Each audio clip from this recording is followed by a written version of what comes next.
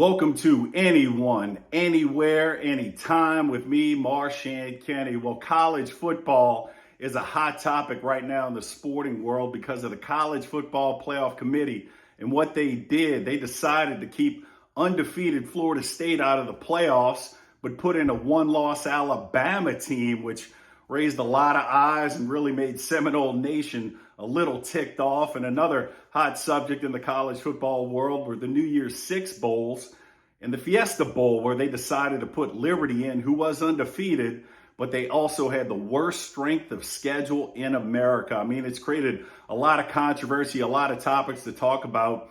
And we're lucky in our world, our Southern Miss world, to have an expert on this subject, and it's legendary Southern Miss former football coach Jeff Bauer, who was on the committee back in 2016 through 2018. So I thought I'd bring him on the show and talk about the whys and the why nots of the decisions that the committee made this year. I know you're going to love the interview. And one thing we do love in the Southern Miss world is the Southern Miss women's basketball team. They're undefeated right now and just beat the Lady Rebels of Ole Miss on Saturday. And all I heard was it was an electric atmosphere in Reed Green Coliseum. And with those fan topics that people were talking about the game, I thought it'd be a great time to talk a little basketball in the fan comments in this next segment that we call Four and Out.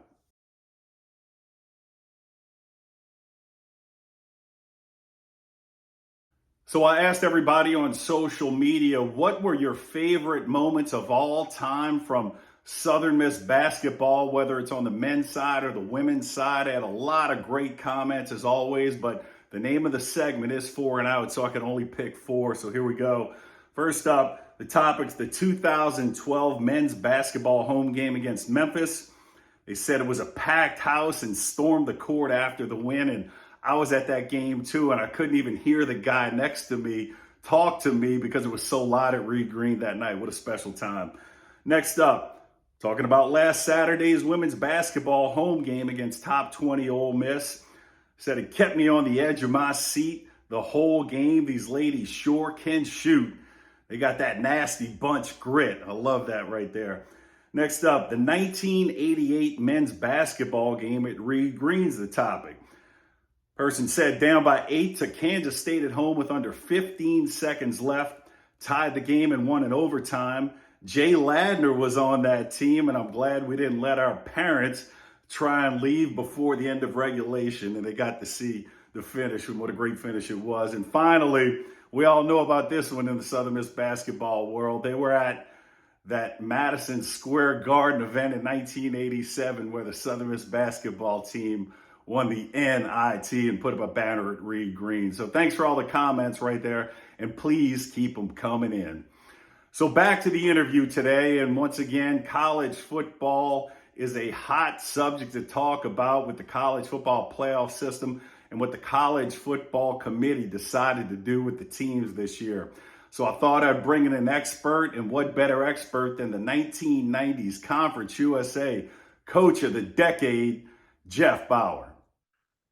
There isn't a hotter topic in sports right now than the selection of the College Football Playoff and the New Year's Six Bowl in the Fiesta. So I thought it a perfect time to bring in an expert on the subject, a man from 2016 to 2018 served on the College Football Playoff Committee. So with all that said, I'm bringing in the Southern Miss head football coaching legend, Jeff Bauer. And Coach, how you doing? I'm doing good, champ. Good to see you. Oh, it's always good to see you. And before we kind of get into some pretty hot subjects in America right now with the playoff system, I do want to ask about your time there from 2016 to 2018 serving on the playoff committee. Coach, how'd you get selected? I don't know. I was actually at Orange Beach on the beach, and I got a call from the AD. Golly, her name escapes me right now. Female, and said if I'd be interested, and I said sure. And obviously the conference, put my name out there, and then got a call from Bill Hancock, and an honor to do it. Glad to do it. enjoyed it, wouldn't trade it for any. Oh, coach, I mean, the whole Southern Miss world was honored by that. I'm like, but it was a no-brainer to me. Of course, they're going to pick you as an expert for it, everything you did. But coach, talking about the selection process through the year to get those final four teams, I mean, what are your instructions more or less to pick those four teams and ways to go about it? The number one thing is to get the four best teams in America and in college football. And you know, Marchant, there's so many metrics that are given to you. I mean, it's mind-boggling. It really is. You can't look at all of it. We had probably a dozen of them that we refer to as the nitty-gritty. You know, the 12 most important metrics, and and you know, a lot of deliberation, and you know, um, uh, for the most part, pretty non-contentious. Um, there was maybe a few times that it get that way, but uh, it was, you know, it was. I think everybody understood the importance of making the right calls and tried to do their very best, and without outside influence and that type thing. I mean, you look at the people on the committee. Um, you know, most of them well known, obviously extensive backgrounds in college football, and I wish, you know, I wish there had been more football coaches on there. And you know, I don't I don't think there's anybody more qualified than get ex coaches on that committee, uh, more so than ADs and ex players that maybe no coaching experience, but it is the way it is. It's a good mix, and it was a great time. No, I want to argue with that. It's a great take having more head coaches on the panel because who sees more of an overview of what a team does than a head coach? I mean, all the ins and outs. When the committee, when you were there, maybe you couldn't find common ground with the group. How did you guys go about on meeting on some common ground on some disagreements? Well, I mean, you go through the metrics and the the stats and that this and that, and the nitty gritty were the 12 metrics that were most conducive to the best team based on past years and this and that. And obviously, we put a little bit more strength in that nitty gritty bunch of 12. Um, but it's a little bit like this year, Marchant, and maybe more so this year. But so often, when we were at a tough decision, they'd go around the room and they'd call on the head coaches. Who would you rather play? You know, and that's getting to the point where who are the best teams in the country. Um, you know, I know we'll talk about it, but I don't know that you you'd hear a head coach in this country would rather play uh, Florida State rather than Alabama with the quarterback situation, and that was the number one metrics, all the stats, aside. That was the number one criteria.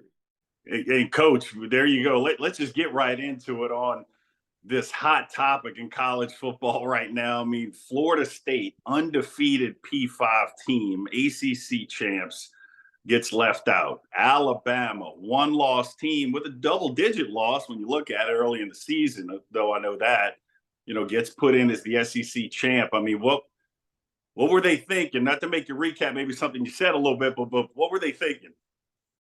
Well, a 12-1 Alabama team beating the number one team in the country certainly is a factor. And if you look at them and keep in mind you're getting the four best teams, much, much, much improved football team over early in the years, even the loss from the Texas loss, um, which was early. Um, that's a huge factor. Um, I think the strength of schedule is huge for me. You look at Bama, number 5 strength of schedule. I think Florida State 38. Am I correct? They're actually down to 55, so there was a big discrepancy That's right a pretty big jump. there.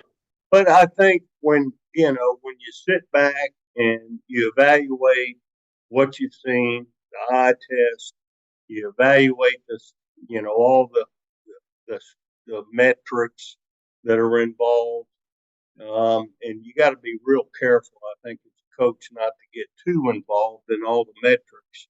I was more of an eye test guy, strength of schedule, um, and you know, to me, it was.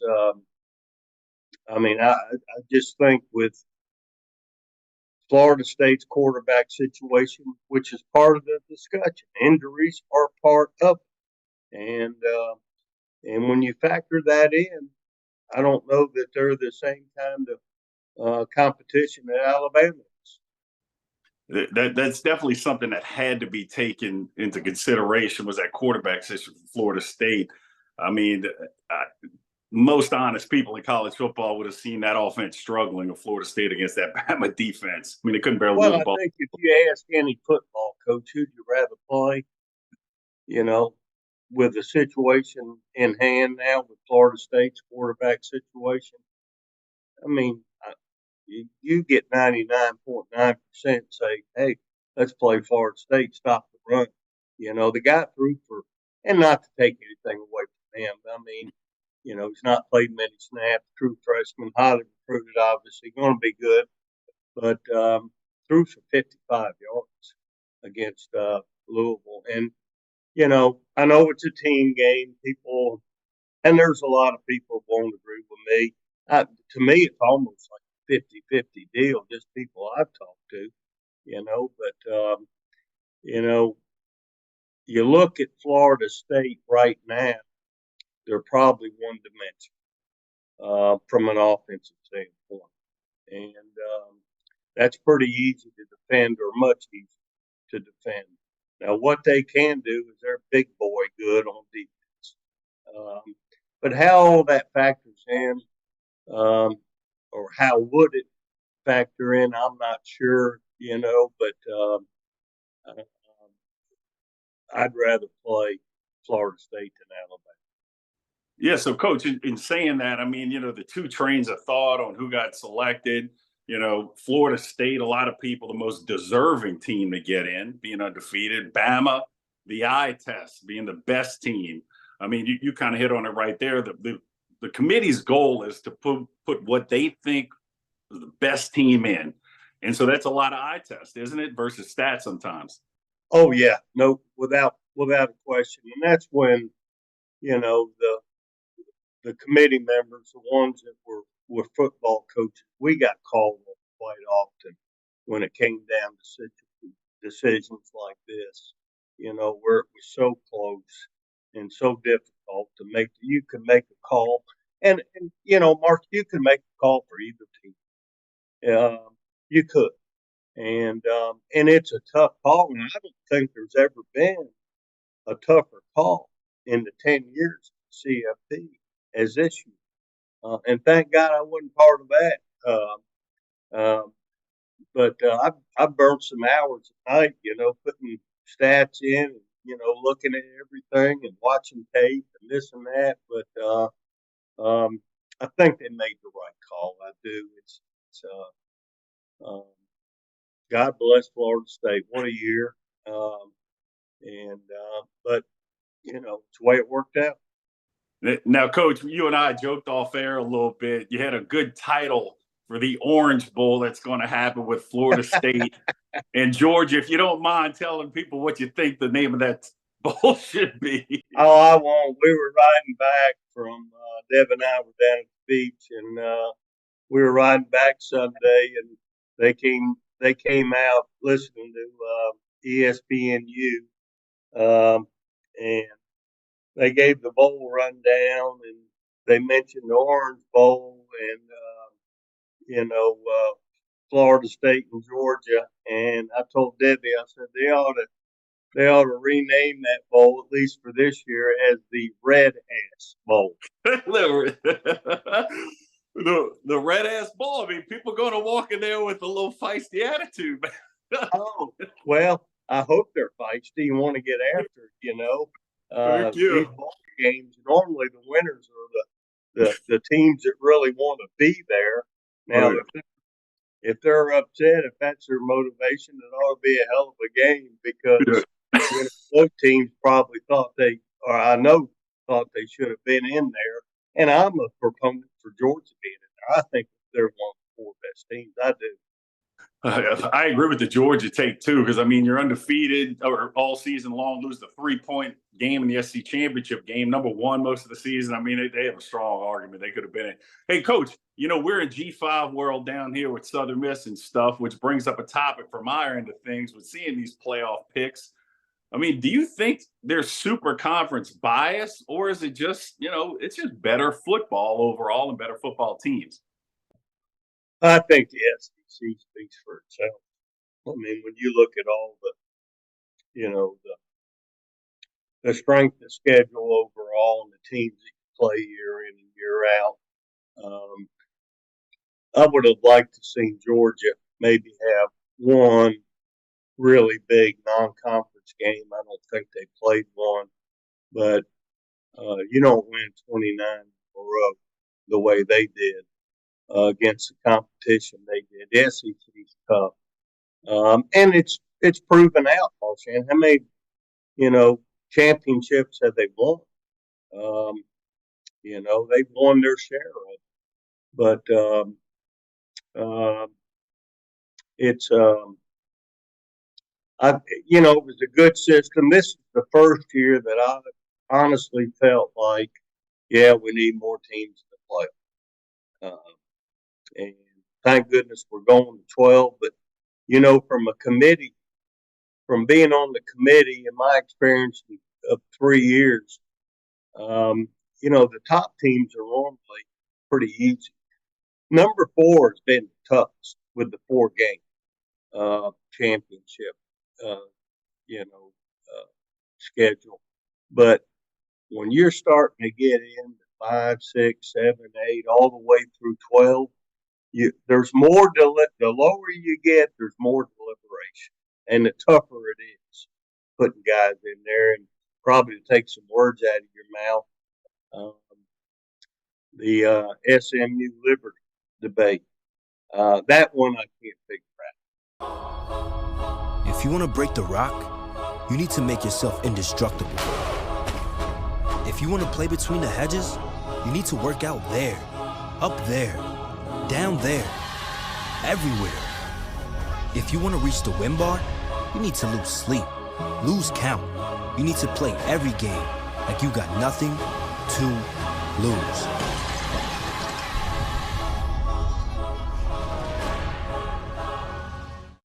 Yeah, no, and Coach, we're definitely going to get on that one. I just want to hit on one more topic with the playoff system right now. You hit on it. Next year, there's going to be a 12-team playoff. So what's interesting is if that 12-team playoff was this year, 10 of the 12 teams would be from the SEC or the Big Ten, or going to be in the Big Ten. Does that bring up kind of even more hot topics for the playoffs coming soon? Or there was never a talk about conferences. I think everybody respects the SEC and any of the Power 5 conferences. Anybody in the country, I've got, heck, being from Southern Miss, I like Liberty doing what they did, although they didn't play any Power 5 teams this year. that was my knock against them. But the thing, I don't mean to start something, but you know, people talk about politics all the time involved in the picks, and you wonder how much involved TV is. And hey, think about it this year, Marchand. We got a team from the Southeast. We got one from the Northeast, Michigan. We got one from the West Coast, and then we got one from Mid-America in, Southwest and Texas. TV's got to be lovely.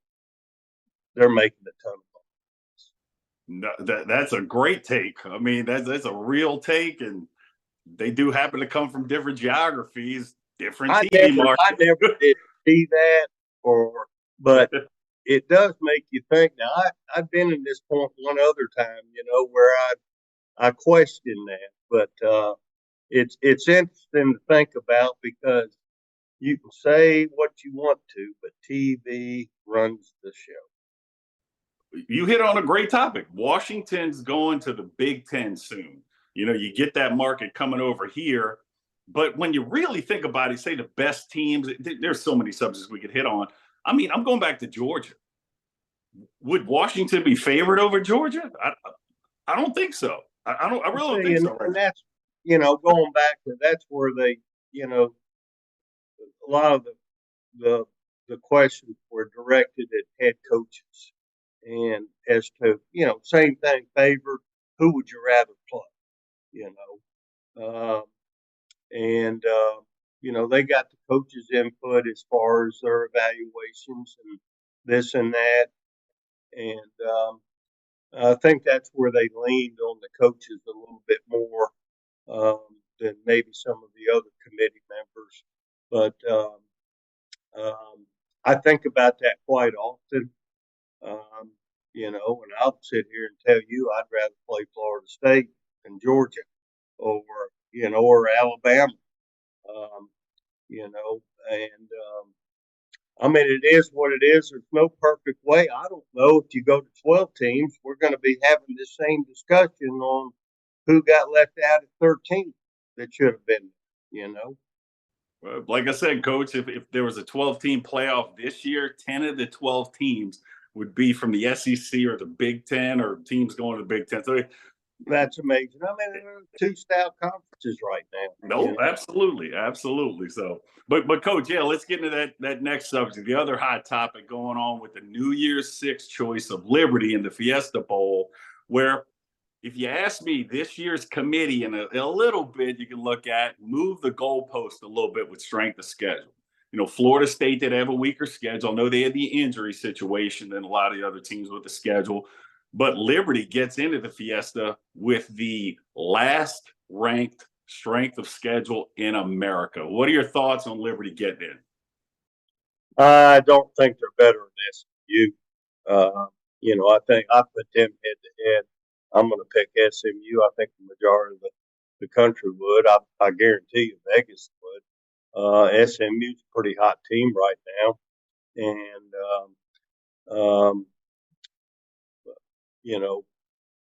played some pretty tough games this year. I don't see Liberty, they're the metrics when you match them up. I don't think, that even with a 2-loss SMU, who'd they get beat by? Oklahoma and TCU on the road. TCU early in the year, rival game. Been at SMU, so I can speak to that.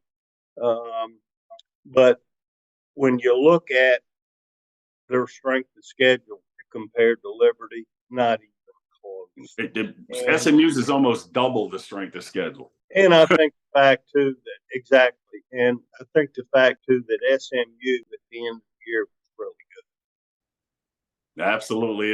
It's just one of those, did the committee move the goalpost a little bit, this year's committee with choosing the team. But Coach, which brings up the scheduling topic. I mean, we're at Southern Miss in the G5 world, but Liberty getting into a New Year's Six Bowl in the expanded playoffs next year. I mean, with their weakest strength of schedule, brings up a hot topic for me. I mean, first thing I'm thinking, if you're a G5 team, if you're a Southern Miss, do you keep scheduling P5 teams, or do you make a weaker non-conference schedule, hoping your conference schedule is going to be good because you can get in? The precedent's been set. Well, in my opinion, you still schedule Power 5 teams, and I was all for playing. Hey, load them up. I just wanted them early. Preferably before you got in your conference schedule. I think it helps you evaluate your football team, where you need to go, helps you get ready, for the rest of the year. And I guarantee we never matched up with any of those guys that I didn't expect to win. You know that. Oh yeah. Oh, I know that. Hey, I'd like to play. Give me all of them, but. No, I still think and I look at some of these teams. I think Georgia needs to be more aggressive with their non-conference schedule. Look at them.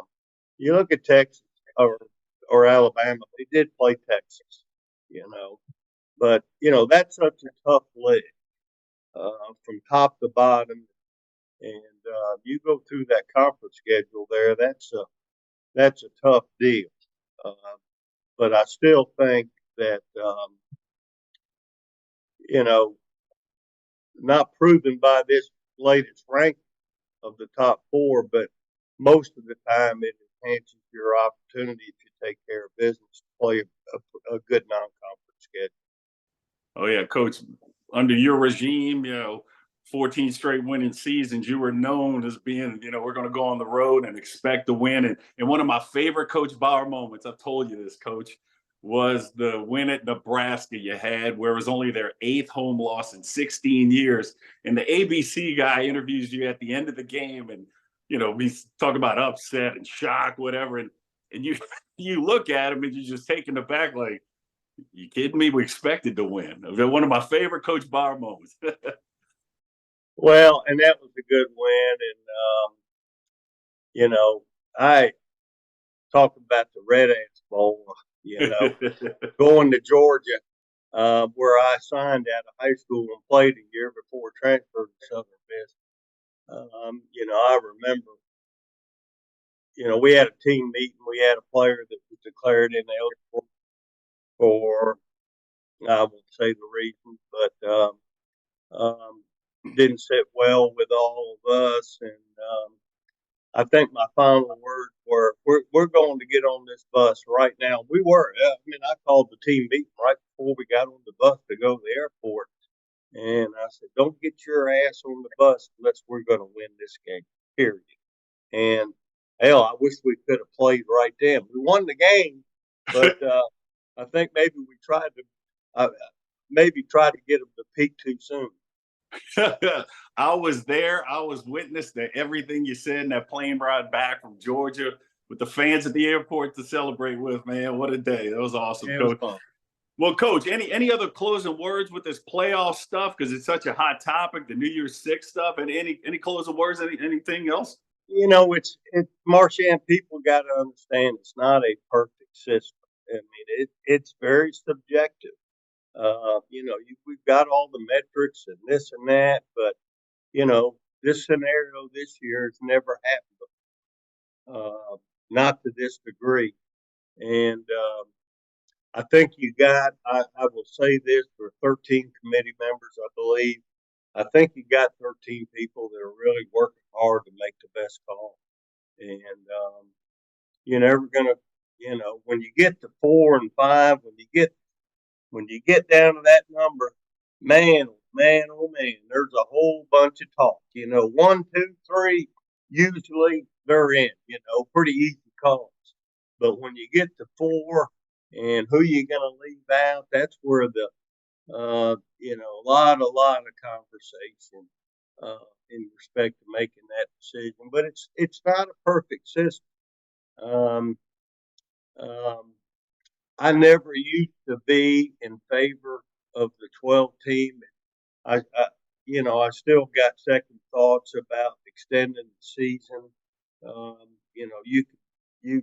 have a lot of input on that being a player, but you're talking about, I guess, if you got 12 games now, and if you go to the 12, for the 12 team playoff, what you're playing 15 games. 13, 14, 15. If you don't get a bye, you're playing Exactly. 16 games. You're playing Exactly. Potentially, you could play that many, and for your off season, you know, you don't get much rest, between the end of the season and when your off season workouts start. But I don't know, the way we're paying student athletes now with the NIL, it's money in their pocket. So, there's a trade off there. Coach, and that's a hot topic. I mean, Nebraska's coach just came out recently. They say now to get a really good P5 quarterback, you got to pay him about $1.5 million to $2 million. Isn't that amazing? Woo! Coach, I was born a little bit too early, man. I should have come a little bit later with all this NIL money, man. What were you worth? What do you think you'd have been worth? Oh, Coach, by my senior year, shoot. I think some Southern Miss alum might have given me maybe about $500,000, man. I'd be pocketing, Coach. But no, maybe. Or you're going to cut me that? You'd have given some to Sister Mary. No, I'd have given some to Boys Hope, man, and the nun, she'd have made me feel bad. I'd only had pocket change to buy myself maybe some new tires for my car. So I think you did okay. Oh yeah, we all did okay, Coach. What an incredible time we had. But Coach, I can't thank you enough for being on the show today. I mean, one of the most respected men in all of college football, not just Southern Miss. So, Coach, until I see you again, catch up soon. We'll do it. Enjoy being with you. Love you. Take care. Love you too, Coach. See you soon. And that's a wrap for another edition of Anyone, Anywhere, Anytime. And as always, I just ask you to do something that is absolutely free and easy to do, and that is just help spread the word of the show. So until next time, as always, it's Southern Miss to the top.